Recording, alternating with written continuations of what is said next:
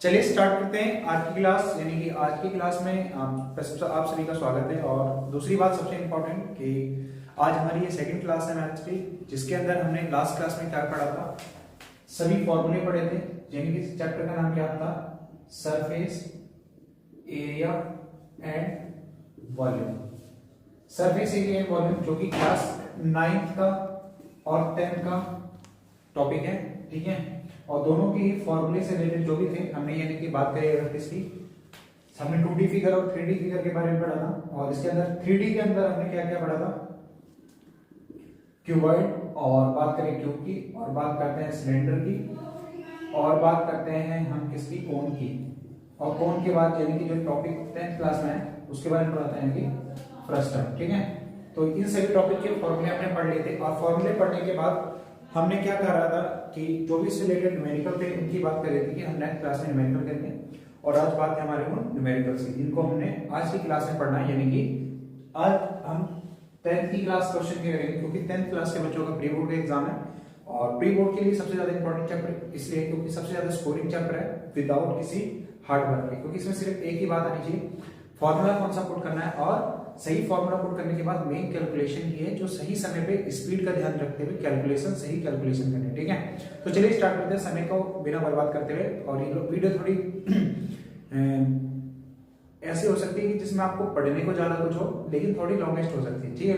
Video लंबी होने के कारण आप संयम बनाए रखें, क्योंकि अगर आपको चीज समझनी है तो वीडियो को समझने के लिए आपको वेट करना पड़ेगा, ताकि आप हर एक क्वेश्चन को करें इजी, ठीक है। चलिए स्टार्ट करते हैं। सबसे पहला क्वेश्चन, आप अपनी बुक निकाल के बैठिए जिसके अंदर आपका यानी कि 13.1 है। 13.1 में आप बुक ओपन कीजिए और पहला क्वेश्चन रीड कीजिए, ठीक है। उम्मीद करते हैं आपने पहला क्वेश्चन रीड कर लिया होगा, ठीक है। और रीड करने पे आपको ये पता चला होगा कि जो पहला क्वेश्चन है वो क्या कह रहा है, 2 क्यूब्स हमारे पास जिनका each of volume 64 centimetre cube है are joint end to end, find the surface area of resulting cube, ठीक है। तो हमने यहां से एक बात समझी क्या, कि हमारे पास 2 क्यूब थे। पहला क्यूब डायग्राम में मैं ये बनाता हूं, इसी तरीके का एक अनदर क्यूब भी है, दूसरा क्यूब भी हमारे पास अवेलेबल है, ठीक है। हमारे पास कितने क्यूब है, 2 क्यूब है, और दोनों का हर किसी का वॉल्यूम कितना है, 64 सेंटीमीटर क्यूब है। सबसे पहले आपको मैंने लास्ट क्लास में बताया था कि ए ये क्यूब है, और इस क्यूब की जो हाइट होती है, ब्रेथ होती है, सभी क्या होती है कि सारी साइड्स कैसे होती हैं, इक्वल होती है। इतनी बात आपको समझ में आई होगी।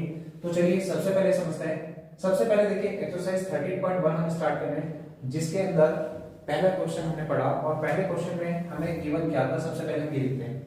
सबसे पहले हम ये समझते हैं कि हमें गिवन क्या है। गिवन के अंदर हम लिखेंगे, पहला पॉइंट क्या डालेंगे, गिवन पे डालेंगे। गिवन कहने का मतलब क्वेश्चन हमें क्या बताना चाहता है, क्वेश्चन में हमें क्या दे रखा है, उसी को क्या बोलते हैं, हम गिवन बोलते हैं। यानी कि सबसे पहले हमें क्वेश्चन में क्या बोला गया है कि जो वॉल्यूम है, क्या बोला गया है हमें, वॉल्यूम ऑफ ईच क्यूब हमें कितना दे रखा है, 64 सेंटीमीटर क्यूब। हाँ जी, यही पढ़ा था हमने कि जो वॉल्यूम है वो ईच क्यूब का कितना दे रखा है, 64 सेंटीमीटर क्यूब दे रखा है। देखो सबसे पहले हम साइड को लेट करेंगे, यानी कि लिखेंगे let side of each cube. कहने का मतलब है हमने क्या मान लिया, जो a सेंटीमीटर है, जो क्यूब है ये, इसकी जो साइड है वो कितने सेंटीमीटर है, a सेंटीमीटर है। सेंटीमीटर में ही इसमें वहां पर, क्योंकि जिसका जो वॉल्यूम है वो भी हमें किसमें दे रखा है, सेंटीमीटर में ही दे रखा है, ठीक है। आपको बात इतनी समझ में आई।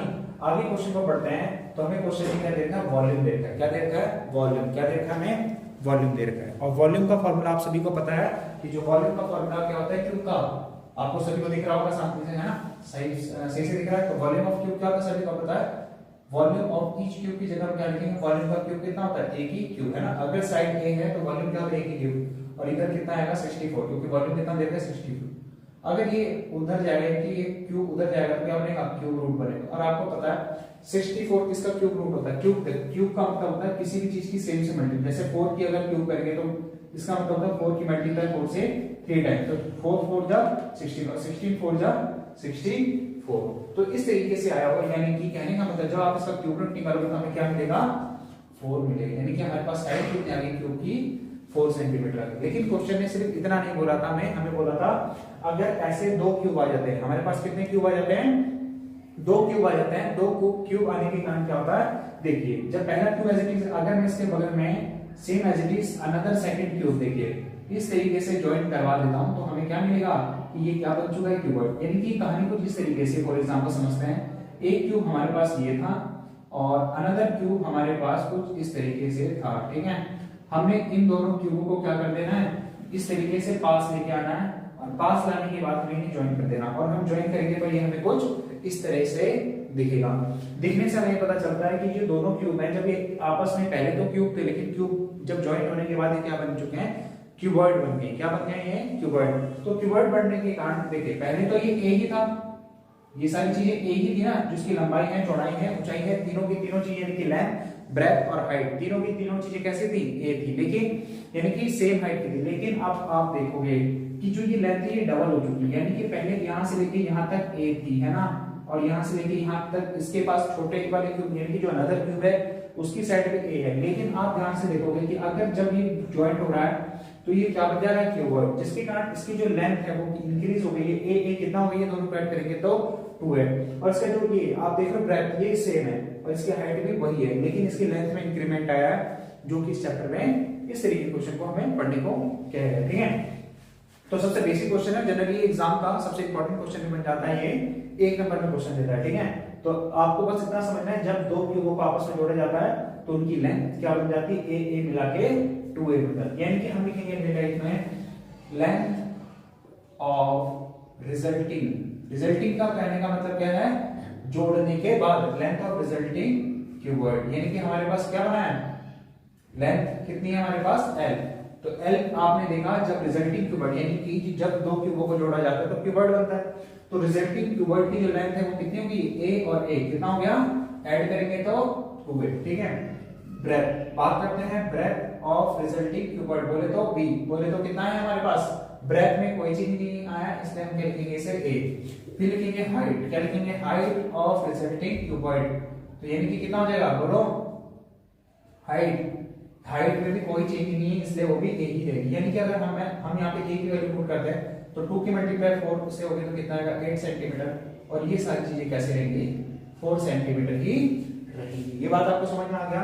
तो आगे समझते हैं हम यहाँ पे, हमें क्वेश्चन ने क्या बोला था, हमें क्वेश्चन, आप क्वेश्चन को ध्यान से पढ़ेंगे तो आपको मिलेगा find the surface area of resulting cuboid. यानी कि क्या लिखेंगे, सरफेस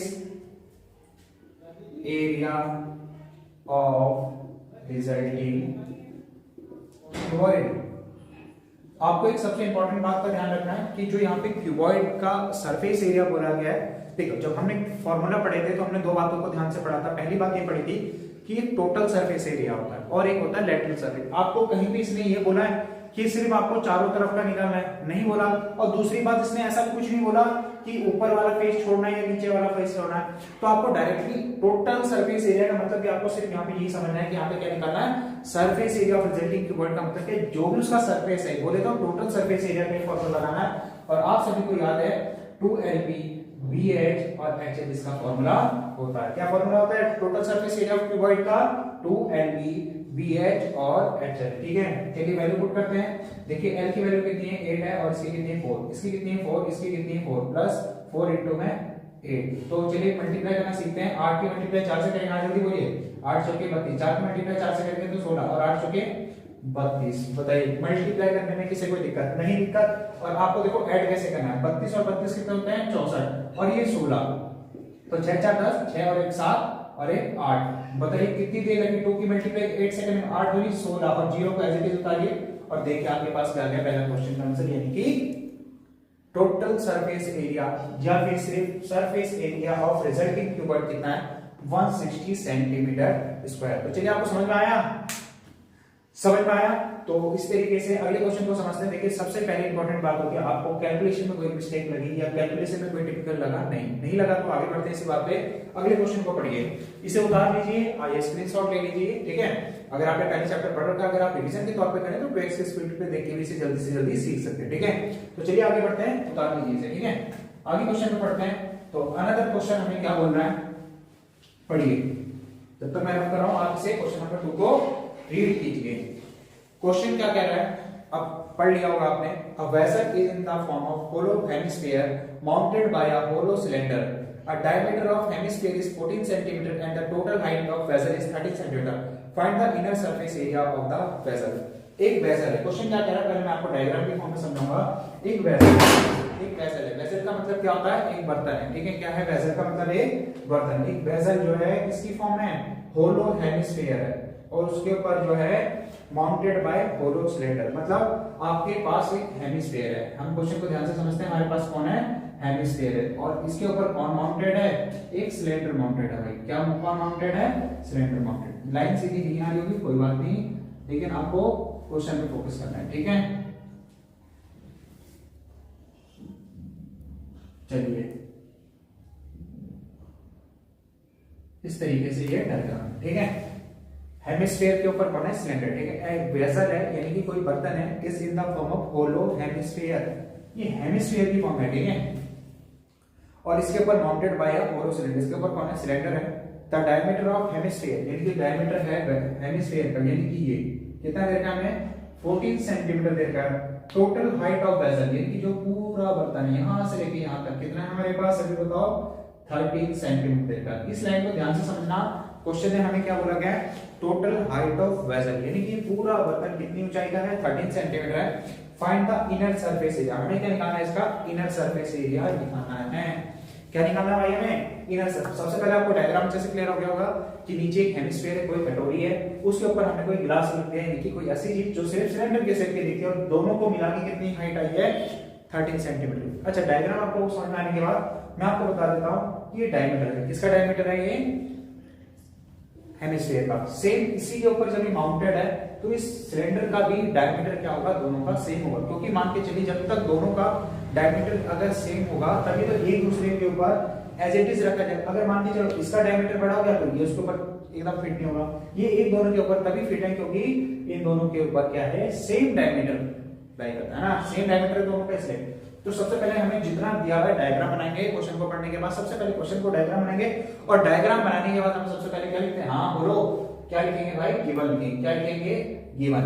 तो क्वेश्चन नंबर 2 हम कर रहे हैं और क्वेश्चन नंबर 2 के लिए हम गिवन क्या लिखेंगे, सबसे पहली लाइन में हमने क्या लिखा था, डायमीटर। क्या लिखा था, diameter of hemisphere, diameter of hemisphere, hemisphere समझ में आया। डायमीटर क्या लिखेंगे, हेमिस्फीयर का कितना देर का बोलो, यानी कि डी हमें कितना देर का है, 14 सेंटीमीटर। आपको ये माइंड में रखना है कि जो सिलेंडर का डायमीटर भी है वो सेम ही है, ठीक है। डायमीटर ऑफ हेमिस्फीयर यानी कि डी। अगर मैं इसकी रेडियस निकालूंगा, क्या निकालूंगा, रेडियस ऑफ हेमिस्फीयर भी कितना हो जाएगा, 14 का आधा कितना हो जाता है भाई, 7 सेंटीमीटर हो जाता है ना, क्योंकि रेडियस जो होता है डायमीटर का क्या आता है, हाफ होता है। सही बोला आपने, क्या होता है, हाफ होता है। यानी कि डायमीटर अगर हम 14 दे रखे तो रेडियस कितनी हो जाएगी भाई, रेडियस का अगर मैं डायग्राम को अभी डायमीटर आपने समझ लिया क्या होता है। चलिए भाई मैं इसको डायमीटर को थोड़ा ऊपर बना देता हूं, क्या बना देता हूं, थोड़ा ऊपर बना देता हूं। मैंने आपको बताया था क्यों बना रहे हैं ऊपर, क्योंकि दोनों का डायमीटर कैसा है भाई, हाँ सेम है। सही बोला, क्या है, सेम है। अगर यहां से अगर मैं बोलूं ये रेडियस है, ये क्या भाई रेडियस है, हाँ सेंटर से लेकर सर्कमफेरेंस के बीच के डिस्टेंस को भी क्या बोलते हैं, बोलो रेडियस बोलते हैं भाई। क्या बोलते हैं, सही पकड़ा, क्या बोलते हैं, रेडियस। आपको बस इतनी बात समझनी है मेरे साथ कि सेंटर से लेके यहां तक भी कौन है भाई, रेडियस ही है। ये क्या है, रेडियस है। यानी कि मैं कहना चाहता हूं सिर्फ कि यहां से लेके यहां तक की बात अगर करी जाए तो ये भी रेडियस है, ये भी रेडियस है। तो इतनी हाइट कितनी हो जाएगी बोलो, 7 सेंटीमीटर हो जाएगी। कितनी हो जाएगी भाई मेरे, 7 सेंटीमीटर हो जाएगी। बस इतना सा कंसेप्ट समझना था कि यहां से लेके यहां तक रेडियस है, तो यहां से लेके यहां तक भी क्या होगी, हाँ बोलो रेडियस होगी। यानी कि यहां से लेके यहां तक की जो इसकी हाइट है 7 सेंटीमीटर है। अगर मैं अब सिलेंडर की हाइट निकालना चाहूं तो मेरे को एग्जैक्टली मिल जाएगी टोटल हाइट में से। चलो लिख लेते हैं पहले, सबसे पहले टोटल हाइट ऑफ वेसल। क्या बोलेंगे हम, टोटल हाइट ऑफ वेसल हमें कितना देर का था, 13 सेंटीमीटर। अगर मैं किसकी हाइट निकालना चाहता हूं, हाइट ऑफ सिलेंडर, क्या निकालूंगा मैं, हाइट ऑफ सिलेंडर। बस लिखने का नंबर है, किसके नंबर है लिखेंगे, कितना है क्या, टोटल हाइट। टोटल हाइट कितनी है बोलो, टोटल हाइट 13 में से कितना माइनस करना पड़ेगा, अभी मैंने आपको बताया 7, तभी तो यहां से लेके यहां तक की हाइट आएगी ना हमारे पास। ये कितनी आएगी बोलो, 13 में से 7 माइनस करेंगे, कितना माइनस करेंगे, 7 माइनस करेंगे। क्यों माइनस करेंगे आपको पता चला, 13 पूरा है, इतना 7 है, तो इतना बचा क्या होगा, 13 में से 7 माइनस करेंगे तो कितना आएगा बोलो, हाँ बोलो भाई 6 आएगा। कितना आएगा, 6 आएगा। 6 दूनी 12 बोले 13 होते हैं। समझ में आया। आगे बढ़ते हैं, हाइट ऑफ सिलेंडर हमारे पास कितनी आ गई है भाई, 6 सेंटीमीटर आ गई। कितनी आ गई भाई, 6 सेंटीमीटर आ चुकी है। आगे बढ़ते हैं हम इसी बात को लेके कि आपको पता है कि भाई रेडियस ऑफ सिलेंडर भी सेम है, रेडियस ऑफ सिलेंडर सेम है हमारे पास, इसलिए क्योंकि हम यहाँ पे लिख देते हैं, वैसे लिखने की कोई जरूरत नहीं थी, पर आपकी खुशी के लिए हम इतना लिख देते हैं। देखिए हाइट ऑफ सिलेंडर को मैंने क्या माना है, h माना है, और रेडियस ऑफ सिलेंडर को क्या माना है, r, क्योंकि हेमिस्फीयर के लिए r है और जो आपका सिलेंडर दोनों की रेडियस r है, इसलिए मैंने r ही माना है। ठीक है, चलिए आगे। क्वेश्चन में हमें क्या बोला था, inner surface area of vessel, inner surface area of vessel, हमें क्वेश्चन में क्या फाइंड करने के लिए बोला है, inner surface area of vessel, हमें क्वेश्चन में क्या फाइंड करने के लिए बोला, जल्दी बोलो, inner surface area of vessel. अच्छा, आपके घर में बर्तन होंगे, क्या होंगे भाई, बर्तन होंगे, आपको ये दिमाग लगाना कि कब टोटल लगेगा और कब कर्व लगेगा। बस आपके घर में कोई वेसल है, क्या बर्तन कभी अंदर से भरा रहता है, भाई नहीं भरा रहता है। क्या बर्तन हमेशा चारों तरफ से ढका रहता है, नहीं ढका रहता। अगर उसमें ढक देंगे तो वेसल थोड़ी ना होगा, वो तो कोई टैंक टाइप हो जाएगा। क्वेश्चन में कहीं टैंक टाइप बोला नहीं बोला, आपको दो बस एक ही बात समझ में आनी चाहिए कि इनर सरफेस एरिया का मतलब क्या होता है। इनर सरफेस एरिया का मतलब कोई बर्तन है, ये ऊपर से कैसा रहेगा भाई, खुला रहेगा, है ना, बर्तन है तो ऊपर से खुला रहेगा, तभी तो इसमें कोई चीज जा पाएगी। अगर आपको इनर सरफेस एरिया पढ़ना है तो आपके दिमाग में सबसे पहले एक बात आई कि इनर सरफेस, बर्तन को देखते ही एक ही ख्याल आता है कि ये सिर्फ ये बाहर से होगा। इनर सरफेस एरिया का मतलब अंदर ही भाग, अंदर वाले पार्ट को आप फोकस करो। आपके पास गिलास है, आपको सिर्फ बाहर से देखना है। कैसा देखना है भाई, बाहर से देखना है। जब आप इसको सिर्फ बाहर से देखोगे तो आपके माइंड में एक आएगा भाई, बोलो क्या, curve surface area of cylinder, क्या आएगा, curve surface area of cylinder, आएगा नहीं आएगा। अब दूसरी बात है कि भाई नीचे भी तो जुड़ा हुआ है पार्ट, ये जुड़ा हुआ है तो इसका भी क्या होगा, कर्व सरफेस एरिया होगा ना। कोई आपके घर में कटोरी है तो कटोरी क्या ऊपर से ढकी रहती नहीं, तो इसमें क्या लगेगा, बाहर लगेगा। कटोरी का क्या लगेगा, सिर्फ बाहर वाला पार्ट लगेगा। ये जो बाहर वाला पार्ट, ये कौन सा है, ये बाहर वाला पार्ट आपको दिख रहा होगा, बाहर वाला पार्ट, इसके लिए लिखेंगे प्लस। दोनों पार्टों को आपस में जोड़ा गया है, ऊपर वाला पार्ट भी जोड़ा हुआ है बर्तन में ना, और नीचे वाला, तो हमने इसलिए यहाँ पे कौन सा साइन लगाया, जल्दी बोलो, प्लस का साइन लगाया। हम यहाँ पे क्या लिखेंगे, curve surface area of hemisphere, क्या लिखेंगे, curve surface area of hemisphere. तो बस आपको कुछ नहीं सोचना, इसके बाद जब आपको पता चल जाए कि हाँ हमारी दोनों फिगर जो है ऐड हो चुकी है, तो आपको कर्व सरफेस एरिया का फॉर्मूला याद है, 2 पाई आर एच। कैसे याद कराया था, बाहर का 2 पाई आर, और h हाइट से बढ़ा दे तो क्या बोलते हैं, 2 पाई आर। और कर्व सरफेस है वो हेमिस्फीयर का फॉर्मूला बोलो क्या होता है, हाँ जल्दी, यहाँ पे 2 सर्कल स्क्वायर यूज होते हैं, तो इसलिए फॉर्मूला क्या लगेगा, बोलो 2 पाई आर, हाँ भाई स्क्वायर लगेगा, क्या लगेगा, 2 पाई आर स्क्वायर लगेगा। ऊपर से कहीं बंद नहीं है भाई, पूरा खुला हुआ है। कैसे है, पूरा खुला हुआ है, ज्यादा सोचने की जरूरत नहीं है। h हाइट हमारी सिलेंडर की है, r दोनों की रेडियस इसलिए सेम है, इसलिए हमने दोनों की जगह क्या लिया r। आपको ज्यादा दिमाग नहीं लगाना, अलग अलग दोनों को सॉल्व नहीं करना, जैसे मैंने सॉल्व करा है वैसे ही करना है। अगर सही आंसर चाहिए तो सही और स्पीड दोनों में कॉमन क्या है, देखो भाई 2 पाई r यहाँ पे भी है और 2 पाई r यहाँ पे भी है। 2 पाई r को क्या लोगे, कॉमन, हाँ क्या बोलेंगे भाई, कॉमन लेंगे। चलो आउट कॉमन लेते हैं, क्या लेते हैं भाई, कॉमन। अगर यहाँ से 2 पाई r कॉमन आएगा तो यहाँ क्या बचेगा, जल्दी बोल भाई, h बचेगा। और यहाँ से 2 पाई r आया तो स्क्वायर होने के कारण एक r बाहर आ गई, एक अंदर क्या बचेगा, हाँ सही बोला भाई ने, क्या बोला, सही बोला। और क्या बचेगा, अंदर भी h प्लस r बचेगा। क्या बचेगा भाई मेरे, h प्लस r बचेगा, एकदम सही पकड़े हैं। अब आपने क्वेश्चन पढ़ा होगा तो क्वेश्चन में पाई की वैल्यू आपको कितना बोला है, 22/7 बोली है, यानी कि पाई की वैल्यू आप सभी को पता है 2 एज इट इज लिखा, पाई की वैल्यू 22/7। और रेडियस बोलो भाई मेरे यहाँ 7 सेंटीमीटर, और ये कितनी है, h 6 है, और ये कितनी है, जल्दी बोलो, हाँ h कितनी है, 6 है, और रेडियस कितनी है, 7 है। जल्दी ऐड देखो, 7 से 7 कट गया, 22 की मल्टीप्लाई 200 तो 44, 6 दूनी 12 और 1 13। ज्यादा दिमाग नहीं लगाना, ज्यादा दिमाग। अब देखो मल्टीप्लाई आगे को चलिए, अब क्या रह गया था हमारा, सिर्फ मल्टीप्लाई करने का रह गया था, यानी कि 44 का मल्टीप्लाई किससे करेंगे, 13, तो 13 जो कि कितना होता है, 52 होता है। कितना होता है, 52, और फिर से 13 जो कि 52, और 52 में 5 ऐड करेंगे तो कितना है, जल्दी बोलो, 57 है।